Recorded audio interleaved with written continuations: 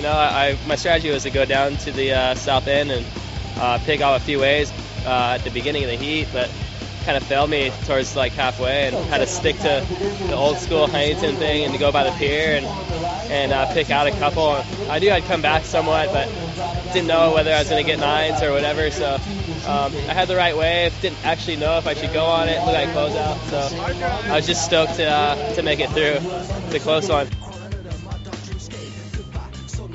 I only have a couple results, so right now it's like a must for me to get a couple points here. You know, it's home, and I think it's just, you know, I'm ready. You know, it's better. I've had my 4 or 5 years in the event, and then a couple years on tour, so just learning, and yeah, I'm ready to win. Just basically looking for anything with a lip that do critical maneuvers, and it's challenging out there, especially with the tide coming up. You know, it's hard to find those sections, and I got lucky. I was just trying to go for anything that looked like it had a wall, left or right, and hit off. I figured I had 2 good scores, and I was just going to play my own game and try and get out of their guys' way, because, you know, they got to do what they're doing. And I was trying to get up here on the far left, and it just turned out right. Came to me at the end that I was happy to get a wave in to the beach. It's always better than paddling.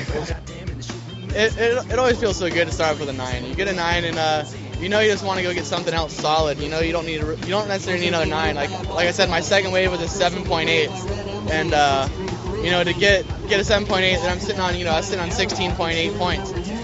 That's a really good score. So at that point I was really stoked, and I knew that I could just go out and have fun.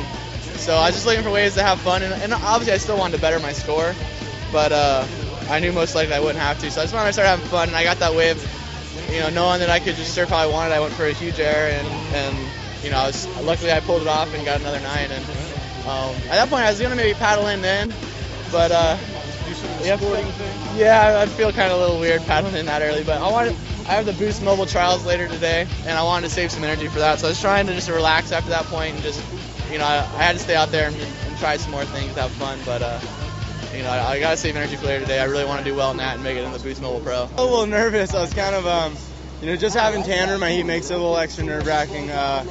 You know, I felt like, you know, just happy to make it, and hopefully kind of iron out the little kinks and stuff, and sort of hit a stride a little bit later. So when he has a tough, or when someone has tough heat before me, that can throw me off. But, you know, like for him to have a great, he was like, all right, it's game on. You know, Dane's crushing it. I got to step it up. So yeah, I felt pretty excited to watch his heat this morning. He got some good ones.